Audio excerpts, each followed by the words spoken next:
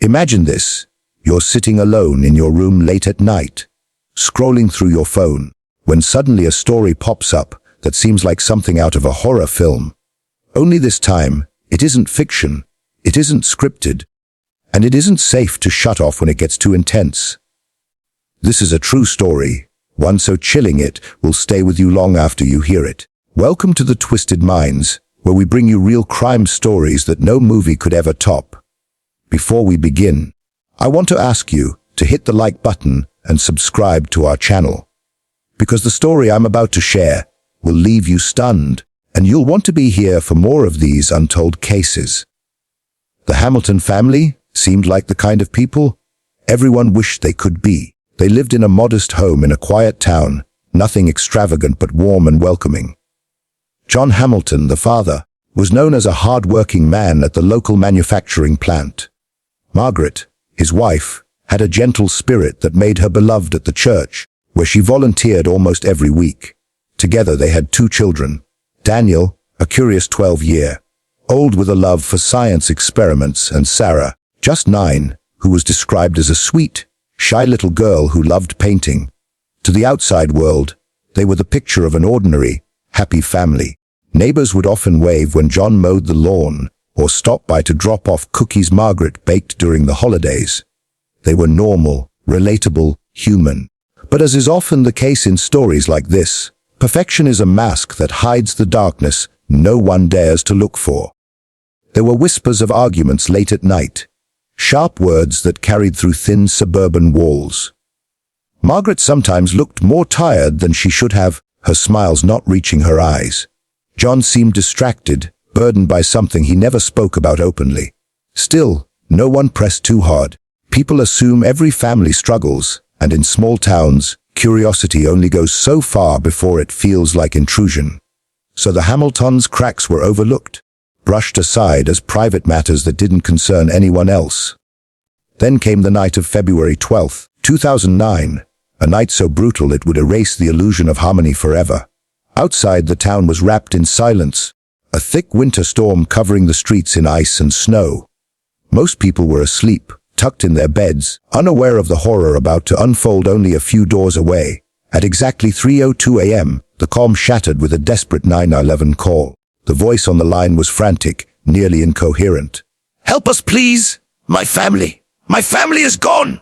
The dispatcher tried to keep the man calm, urging him to explain, to say where he was, what happened. Through sobs and panic, the caller identified himself as John Hamilton. Police rushed to the scene, navigating slippery roads and icy winds, unaware that what they were about to find would haunt their memories for years. When officers arrived at the Hamilton house, everything appeared eerily still from the outside. No broken windows, no signs of forced entry. But once inside, the scene was unrecognizable compared to the cozy family home it once was. Margaret lay lifeless in the living room, her body broken in ways no words could properly describe. Beside her was Sarah, her small frame curled as though she had tried to shield herself.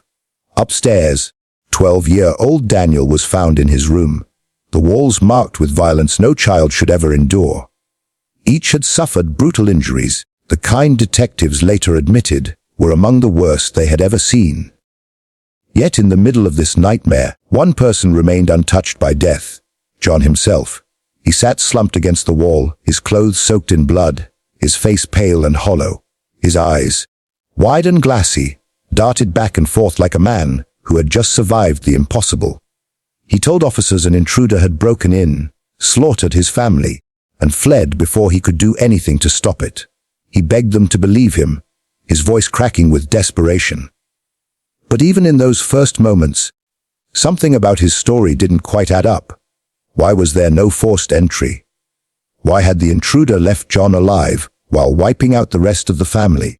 And why did his own wounds look shallow, more like scratches than the savage violence inflicted on the others? The Hamilton home was no longer just another house on the street. It had become a crime scene, the kind that twists a community's stomach and makes them lock their doors at night. What seemed like a family tragedy now raised disturbing questions. And for the detectives who walked through that house, the real horror was just beginning.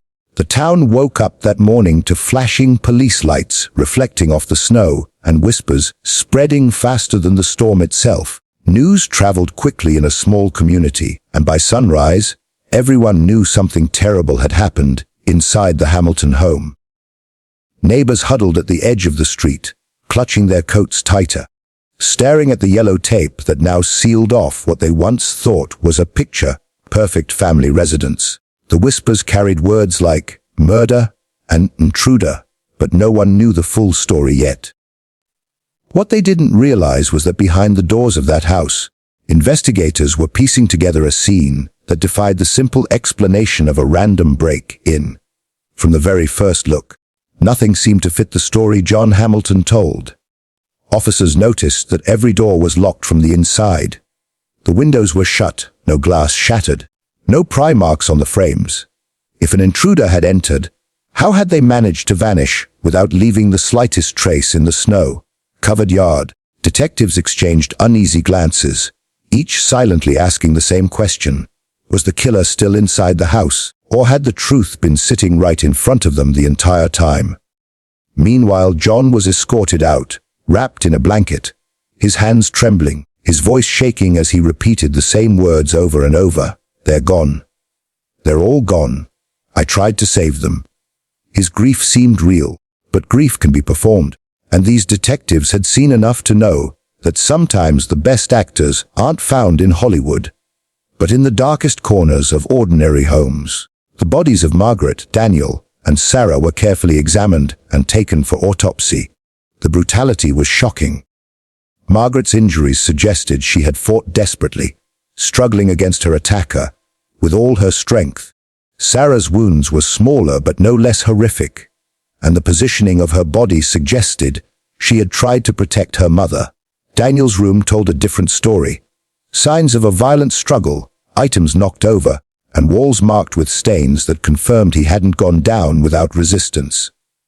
The rage behind the attacks was personal, almost intimate, which raised another red flag. Random intruders rarely target with such emotion. This was someone who knew the victims, someone with a reason. Back at the station, John Hamilton's account of the night was written down.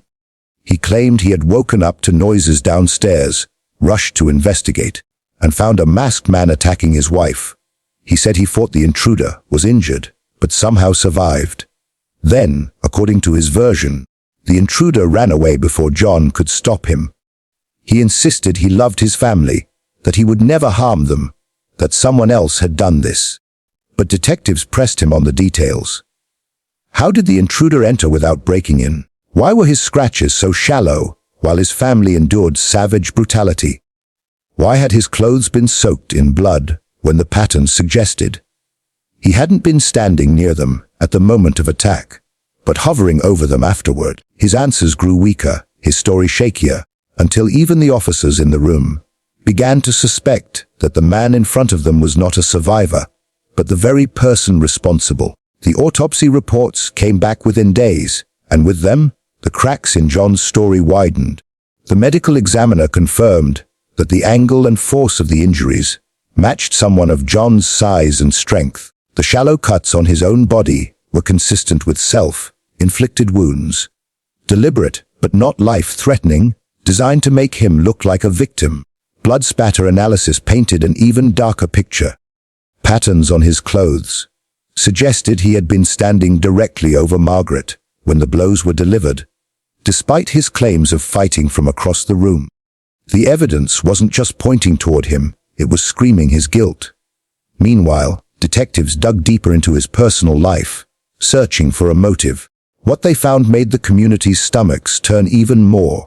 John had recently taken out a large life insurance policy on his wife and children, just months before their deaths. Records showed he was drowning in debt, falling behind on mortgage payments, and growing desperate. Even more damning was the discovery of his affair with a woman who lived in a neighboring town. He had promised her a new life, free from his current obligations. To him, those obligations were his own family. Suddenly, the picture of a grieving father shattered, revealing instead a man who had traded love for greed and lust, choosing destruction over loyalty. By the end of February, John Hamilton was no longer treated as a victim. He was the prime suspect in the murder of his wife and children. The community was stunned, unable to reconcile the man they thought they knew with the monster painted by the evidence. Friends who had once shared dinners with the Hamiltons now refused to say his name. The town that had been wrapped in grief was now wrapped in fear, because if a father could do this to his own flesh and blood, then no home was truly safe. Begins where suspicion turns into undeniable evidence, and the Hamilton case transforms from a tragic mystery into one of the most haunting betrayals a family could ever endure. Detectives knew they couldn't rely only on inconsistencies in John's story. They needed concrete proof. They began retracing his steps in the days and weeks leading up to the murders. Surveillance footage from a local hardware store soon surfaced, and what it showed was enough to make even the most hardened investigators feel a chill. Just a week before the tragedy, John had purchased duct tape, gloves, and a hunting knife. The cashier, who remembered him clearly, said he was calm, casual even, as though buying tools for a weekend project. But to investigators, those items were not innocent. They were pieces of a deadly puzzle that fit all too perfectly with the crime scene.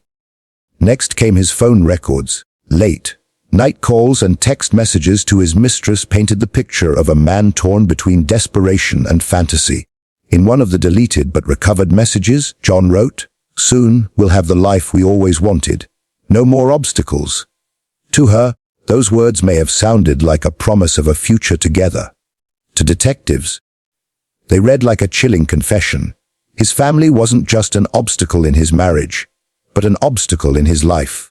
The timing of these texts was equally damning. They came days before the murders, aligning with his sudden withdrawal of cash, his insurance paperwork updates, and his growing distance from Margaret. Forensic analysis of the crime scene sealed the case further. The blood spatter patterns didn't just suggest his presence. They placed him at the exact angle and proximity where the attacks had occurred. Specialists testified that the distribution of droplets on his shirt was impossible if he had merely stumbled into the aftermath. It told a different story, that John had been the one standing over his wife and children when their lives were taken. Even the knife found at the scene bore his partial fingerprints, smeared as though hastily wiped, but not thoroughly enough to erase the truth. Forensic light illuminated them, ghostly imprints of his betrayal. Detectives confronted John with these findings, but instead of a clear confession, he spun another tale, one darker and more confusing. He claimed an intruder had forced him to attack his family, threatening to kill him if he resisted. He painted himself as a puppet, manipulated by someone unseen. But there were no signs of another person, no footprints in the snow, no unfamiliar DNA in the house. His story unraveled like wet paper, falling apart with every word. The more he tried to deflect blame, the guiltier he appeared. His mistress, when questioned, was horrified to learn what John may have done. She admitted she never wanted anyone harmed, never asked him to take such measures. To her, it was all fantasy talk, dreams of a future. To investigators, it was motive, pure and simple. As the trial preparations began, prosecutors worked to build a timeline that revealed John's transformation from desperate husband to calculating killer. They showed how he had isolated himself from his family emotionally, growing colder and more detached. How he had started spending hours away from home, claiming to work late while actually meeting his mistress. How the financial stress and mounting debt pushed him further into a corner, one he believed he could only escape through blood. The tragedy wasn't a sudden snap of anger. It was premeditated, calculated, and executed with chilling precision. The community, still reeling, followed the developments with disbelief. Parents who had once trusted John to coach Little League now refused to let his name be spoken around their children. Churchgoers who had prayed with Margaret mourned her not just as a victim, but as a woman betrayed by the man she trusted most. The idea that a father could turn on his children, his wife, his very family, shattered the illusion of safety for everyone. If love could twist into something this monstrous, then who was truly safe behind closed doors? And yet, even as the evidence mounted, John remained eerily calm in public appearances. When escorted by police, he lowered his head but rarely shed tears. To some, it seemed like stoicism, but to most, it was coldness, a chilling lack of remorse for the lives lost.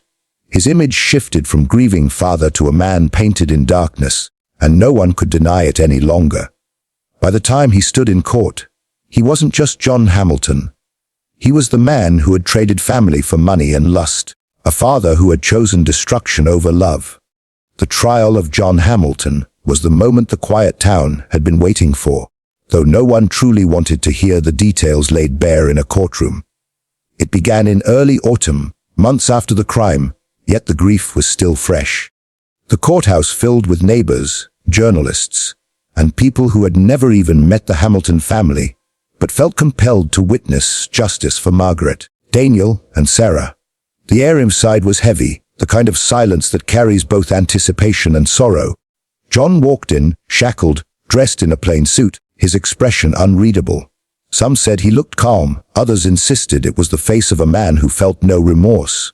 Either way, the jury immediately had before them not just a defendant, but a father accused of orchestrating the annihilation of his own family. The prosecution wasted no time painting John as a man driven by greed, lust, and selfishness. They walked the jury through the evidence piece by piece: the hardware store purchase of duct tape, gloves, and a hunting knife, the suspiciously timed life insurance policy, the text messages to his mistress hinting at a life without obstacles. They displayed photographs of the crime scene, blood spatter analysis charts, and the partial fingerprints on the knife. Each detail was like a nail in a coffin, building the picture of a man who hadn't acted in rage, but with cold premeditation.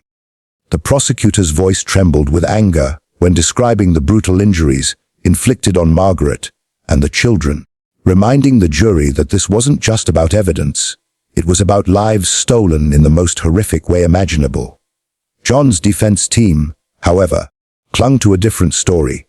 They argued he had suffered a mental breakdown, overwhelmed by financial stress and personal turmoil. They claimed he had snapped, that he wasn't in his right mind, that the act was the result of temporary insanity rather than calculated murder. At one point, they suggested an unknown accomplice had manipulated or forced him, echoing the bizarre story John had told investigators. But the lack of evidence for any intruder made the claim collapse almost as soon as it was presented. Still, the defense tried desperately to humanize him, reminding the jury that he was once a father, a husband, a man who had spent years providing for his family. They pleaded with the jury to see him as broken, not evil. Witness testimonies were some of the most emotional moments of the trial. Margaret's sister took the stand, her voice breaking as she described the woman Margaret was, a kind, selfless soul who adored her children and believed in John despite his flaws. Teachers spoke about Daniel's curiosity in class, how he had been fascinated by science experiments and dreamed of becoming an engineer one day. Sarah's best friend, only 9 years old, said through tears that Sarah loved to draw, that she always carried her sketchbook with her, that she would never understand why her friend wasn't coming back. Each testimony cut deeper, reminding the jury that this wasn't a case about theories. It was about real people with futures ripped away. The most haunting testimony came from John's mistress, who appeared visibly shaken as she spoke. She admitted their affair, admitted John had made promises of a new life, but swore she never wanted harm to come to his family. When asked if she believed he was capable of such violence, she broke down in tears and whispered, "I didn't want to believe it, but now I know he was." Her words echoed through the courtroom like a final nail in John's credibility. When John himself took the stand, his demeanor did little to help him. He insisted on his innocence, claimed he loved his family, claimed again that an intruder had forced his hand, but under cross-examination, his lies unraveled. When pressed on the life insurance policy, he grew defensive. When asked why his own injuries were superficial compared to his family's, he had no convincing answer. And when the prosecutor displayed the recovered text message promising a life free of obstacles, his silence spoke louder than words. After weeks of arguments, evidence, and testimony, the jury retired to deliberate. It didn't take long. Within hours, they returned with a unanimous verdict, guilty on 3 counts of first-degree murder. As the words rang through the courtroom, Margaret's family wept, some clutching each other, others silently bowing their heads in grief. John remained eerily still, his face expressionless, as if he had already resigned himself to this fate. The judge, his voice stern and unwavering, sentenced John Hamilton to life in prison without the possibility of parole. There would be no second chances, no redemption, only the cold walls of a cell to keep him company for the rest of his days. For the town, the verdict brought justice but not peace. The image of the Hamilton home, once filled with laughter and love, was now forever a symbol of betrayal and loss. People who drove past it couldn't help but shiver, knowing what had unfolded within those walls. Some said it felt cursed, others swore they saw lights flicker or shadows move when no one was inside. Whether haunted or not, it was a place scarred forever by what one man's choices had destroyed. The aftermath of the Hamilton murders was something no one in the community could have prepared for. Even after the trial was over and John Hamilton was locked away for life, the shadows of what had happened inside that two-story house seemed to stretch far beyond its walls. The neighborhood was never the same. Children who once played in the snow outside avoided the street entirely, clutching their parents' hands a little tighter when walking to school. Neighbors who had shared dinners and laughter with the Hamilton family now lived with a lingering fear, the chilling reminder that evil doesn't always come from strangers. It can come from the person sitting at the head of the dinner table. The tragedy was more than a headline. It was a wound that reopened every time someone passed by that house or saw a photograph of Margaret, Daniel, and Sarah. Margaret's family struggled the most with the outcome. Though the guilty verdict brought a measure of justice, it could never erase the horror of what had been taken from them. At the funeral, which drew nearly the entire town, 3 caskets were lowered into the ground side by side, a family buried together, because one man decided they were obstacles in his life.